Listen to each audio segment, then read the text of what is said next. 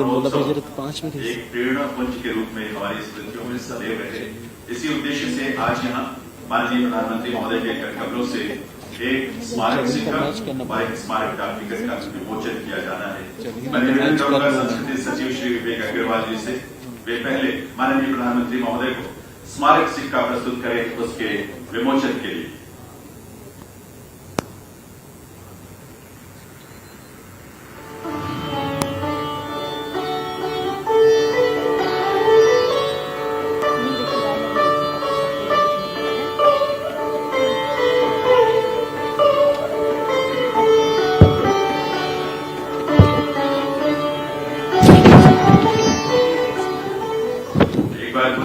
अनुरोध संस्कृति सचिव श्री विवेक अग्रवाल जी से, वे अब माननीय प्रधानमंत्री महोदय को स्मारक डाक टिकट की प्रथम एल्बम प्रस्तुत करें उसके विमोचन के लिए।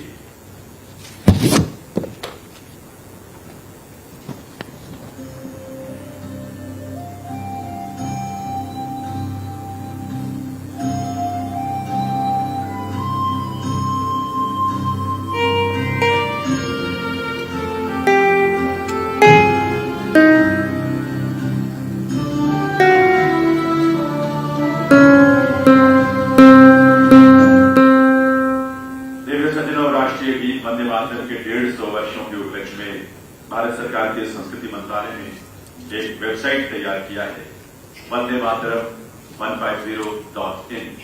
ये वेबसाइट आपको वंदे मातरम राष्ट्रीय गीत के बारे में तो रोचक और प्रेरक जानकारी देगी, साथ ही देश के नागरिकों को इसकी गौरवशाली विरासत का हिस्सा बनने का भी सुअवसर प्रदान करेगी। मैं माननीय प्रधानमंत्री महोदय से निवेदन करूंगा, वे रिमोट का बटन दबाकर इस वेबसाइट का शुभारंभ करने की कृपा करें।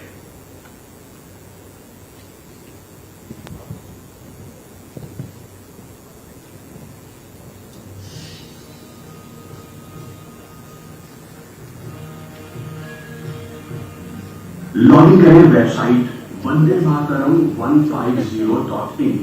स्टेप 1 का बटन दबाकर अपने विवरण भरें। स्टेप 2 का बटन दबाकर राष्ट्रगीत वंदे मातरम को गाते हुए अपना वीडियो रिकॉर्ड करें। स्टेप 3 का बटन दबाकर अपना रिकॉर्ड हुआ वीडियो इस साइट पर अपलोड कर दें और स्टेप 4 का बटन दबाकर अपना सर्टिफिकेट डाउनलोड कर लें।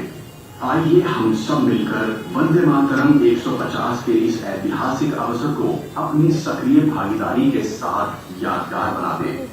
स्वतंत्रता आंदोलन में बनी रक्त रंजित आहुति की पुकार वंदे मातरम, रोक लगी क्रांति पे तो बनी स्वाभिमानी भूखा वंदे मातरम, किया स्वराज संघर्ष में आशा का संचार वंदे मातरम, हमेशा रहेगी आजाद भारत की एकता का श्रृंगार वंदे मातरम। आज ये उद्घोष, ये समर्पण गीत पूरे कर रहा है अपने सृजन के 150 वर्ष। हमारे राष्ट्रगीत वंदे मातरम के 150 साल होने जा रहे हैं। 1905 में जब अंग्रेजों ने बंगाल का विभाजन किया, उसके प्रतिरोध में वंदे मातरम हर देशवासी का स्वर बन गया। माननीय प्रधानमंत्री श्री नरेंद्र मोदी जी के आह्वान पर पूरा देश इस गीत के अमर योगदान का उत्सव मना रहा है। जब ब्रिटिश सरकार भारतीयों के स्वतंत्र आगमन पर आघात कर रही थी, तब वंदे मातरम महामंत्र बनकर कोलकाता से काशी और कश्मीर से कन्याकुमारी तक भारतीयों के हृदय में मां भारती के लिए भक्ति और प्रेम जगा रहा था। और वो भी क्यों न, आखिर इस गीत के सृजन का आधार एक स्वतंत्र चेतन भारतीय के स्वाभिमान पर हुई चोट का उत्तर जो था। सन 1873 बंकिम चंद्र चट्टोपाध्याय एक शाम जब अपने घर लौट रहे थे कि वहां उपस्थित कर्नल डफिन नाम के एक ब्रिटिश ऑफिसर ने उनके साथ हाथापाई की।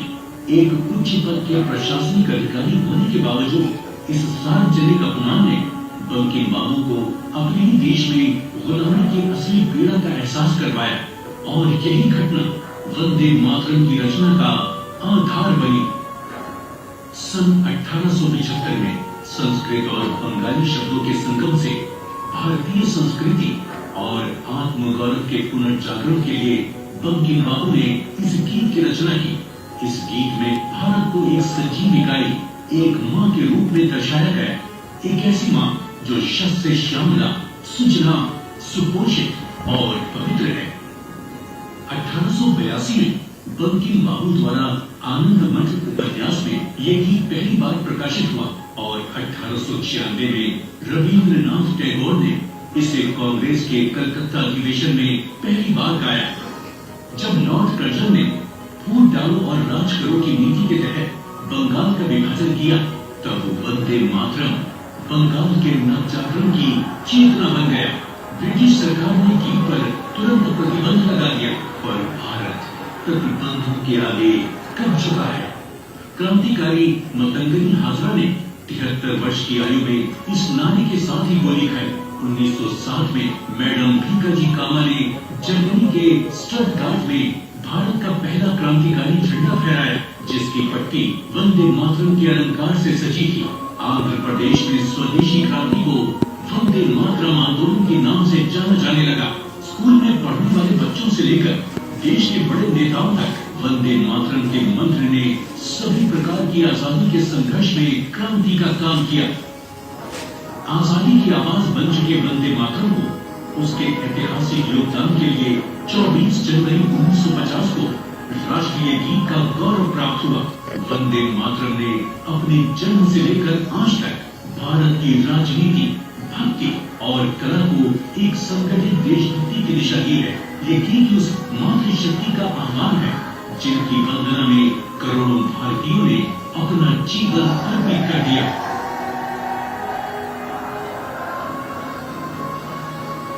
वंदे वंदे वंदे वंदे वंदे वंदे।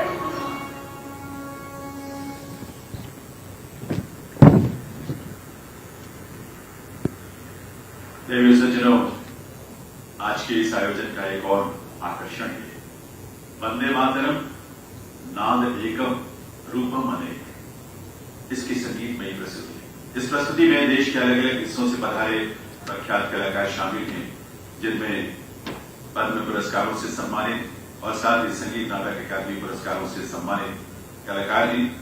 वंदे मातरम की इस प्रस्तुति में हिंदुस्तानी और कर्नाटक शास्त्रीय संगीत सहित देश की विविध संगीत शैलियों का सुंदर समावेश है। इसका संचालन कर रहे हैं प्रख्यात वायलिन वादक, संस्कार भारती के राष्ट्रीय अध्यक्ष डॉक्टर मंजुनाथ मैसूर। देवी सज्जनों, प्रस्तुत है वंदे मातरम नाद एकम रूपम अनेक।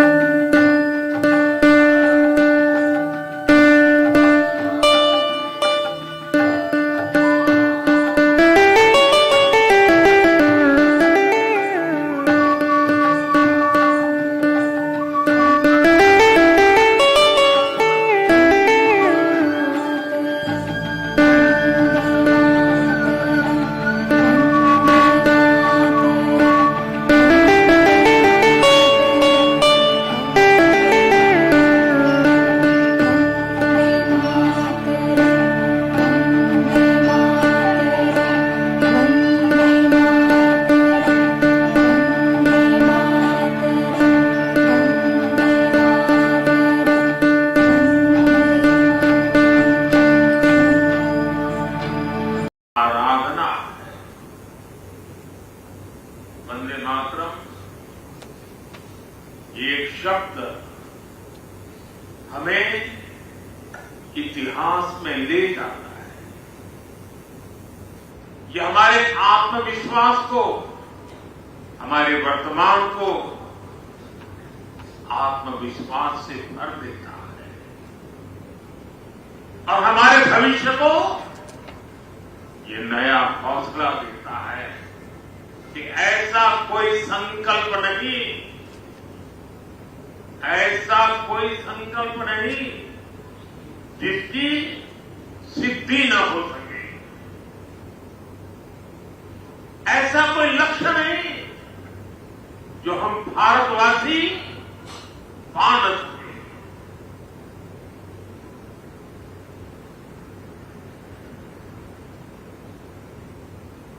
साथियों, वंदे मातरम के सामूहिक गान का ये अद्भुत अनुभव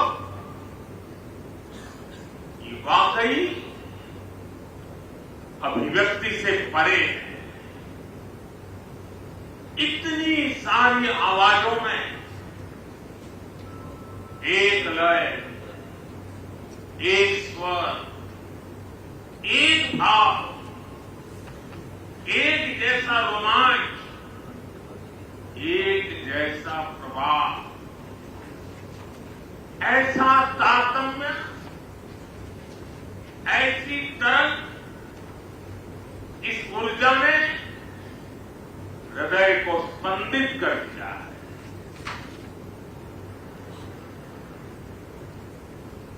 भावनाओं से भरे इसी माहौल में मैं अपनी बात को आगे बढ़ा रहा हूं। मंच पर उपस्थित कैबिनेट के मेरे सहयोगी गजेंद्र सिंह शेखावत, दिल्ली के उपराज्यपाल वीके सक्सेना, मुख्यमंत्री रेखा गुप्ता जी, अन्य सभी महानुभाव, भाई और बहनों, आज हमारे साथ देश के सभी कोने से लाखों लोग जुड़े हुए हैं। मैं उनको भी मेरी तरफ से वंदे मातरम से शुभकामनाएं देता हूं। आज 7 नवंबर का दिन बहुत ऐतिहासिक है। आज हम वंदे मातरम के 150वें वर्ष का महाउत्सव मना रहे हैं। ये पुण्य अवसर हमें नई प्रेरणा देगा, कोटि कोटि देशवासियों को नई ऊर्जा से भर देगा। इस दिन को इतिहास की तारीख में अंकित करने के लिए आज वंदे मातरम पर एक विशेष कॉइन और डाक टिकट भी जारी किए गए। मैं देश के लक्षावधि महापुरुषों को, मां भारती के संतानों को वंदे मातरम इस मंत्र के लिए जीवन खपाने के लिए आज श्रद्धापूर्वक नमन करता हूं और देशवासियों को इस अवसर पर बहुत बहुत बधाई देता हूं। मैं सभी देशवासियों को वंदे मातरम के 150 वर्ष पूरे होने पर बहुत बहुत शुभकामनाएं भी देता हूं। साथियों, हर जीत, हर कार्य का अपना एक मूल भाव होता है, उसका अपना एक मूल संदेश होता है। वंदे मातरम का मूल भाव क्या है? वंदे मातरम का मूल भाव है भारत मां भारती, भारत की शाश्वत संकल्पना, वो संकल्पना जिसने मानवता के प्रथम प्रहर से मुझको खोजना शुरू कर दिया, जिसने युगों युगों को एक एक अध्याय के रूप में पढ़ा, अलग अलग दौर में अलग अलग राष्ट्रों का निर्माण, अलग अलग ताकतों का उदय, नई नई सभ्यताओं का विकास, शून्य से शिखर तक उनकी यात्रा और शिखर से पुनः शून्य में उनका विलय, बनता बिगड़ता इतिहास, दुनिया का बदलता भूगोल, भारत ने ये सब कुछ देखा है।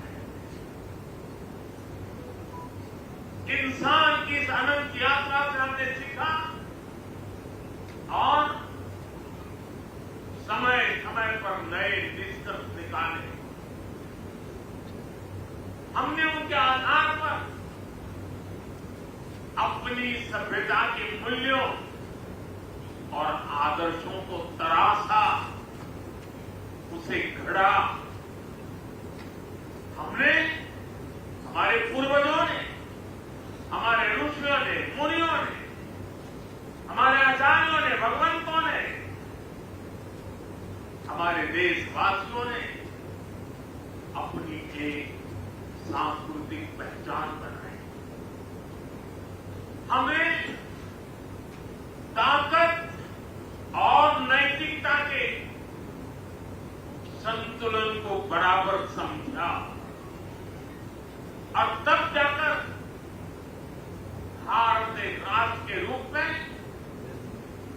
वो कुंदन बनकर उभरा जो अतीत की हर चोट सहता भी रहा और सहकर भी अमरत्व को प्राप्त कर गया।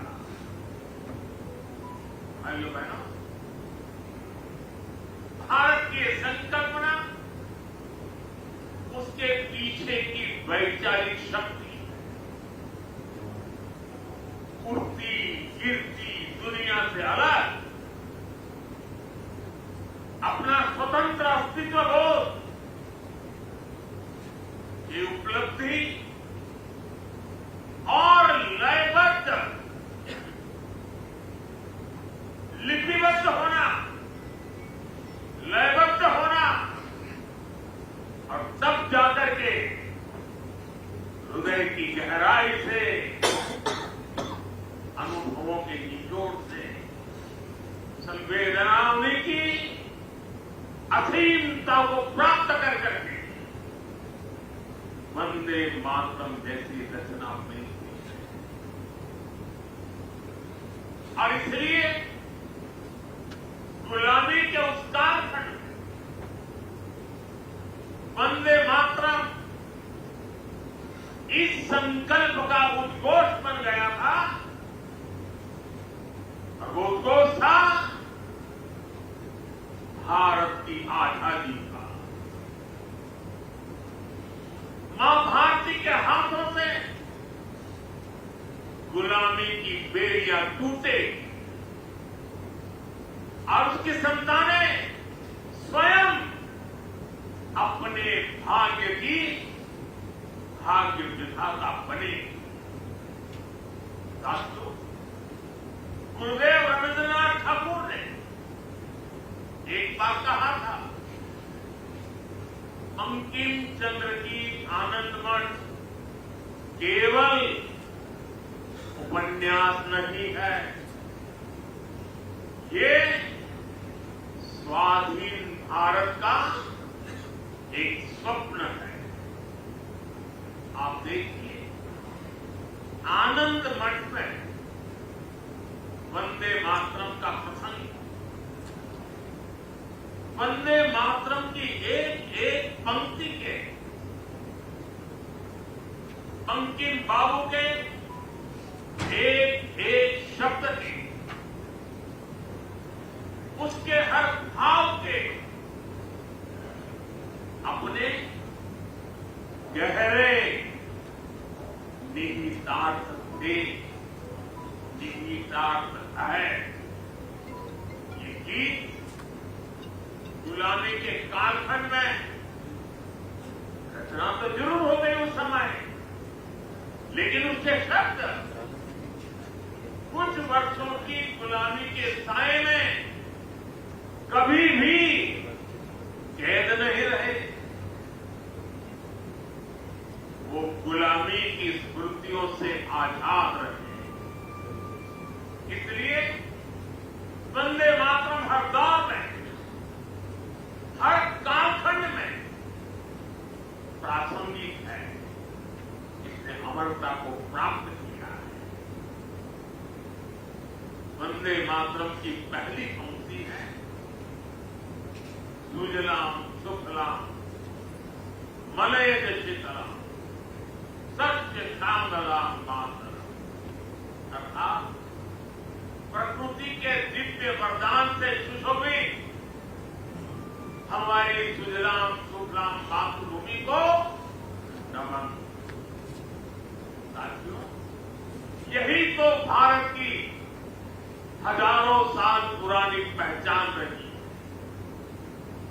यहाँ की नदियां, यहाँ के पहाड़, यहाँ के वन वृक्ष और यहाँ की उपजाऊ मिट्टी,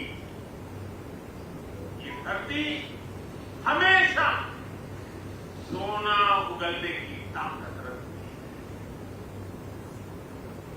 सदियों तक दुनिया भारत की समृद्धि की कहानियां सुनती रही।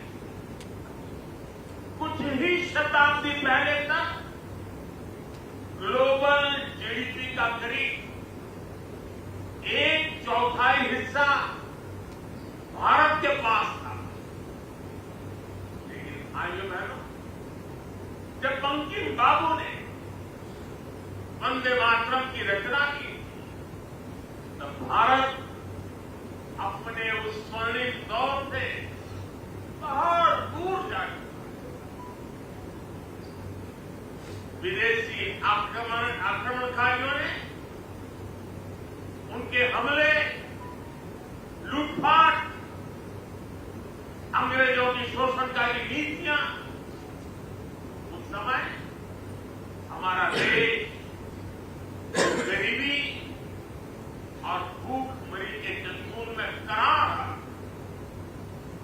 तब भी बंकिम बाबू ने उस बुरे हालात के स्थितियों में भी चारों तरफ दर्द था, विनाश था, शोक था, सब कुछ डूबता हुआ नजर आ रहा था। ऐसे समय बंकिम बाबू ने समृद्ध भारत का आह्वान किया, क्योंकि उन्हें विश्वास था कि मुश्किलें कितनी भी क्यों न हो, भारत अपने स्वर्णिम दौर को पुनर्जीवित कर सकता है। और इसलिए उन्होंने आह्वान किया, वंदे मातरम।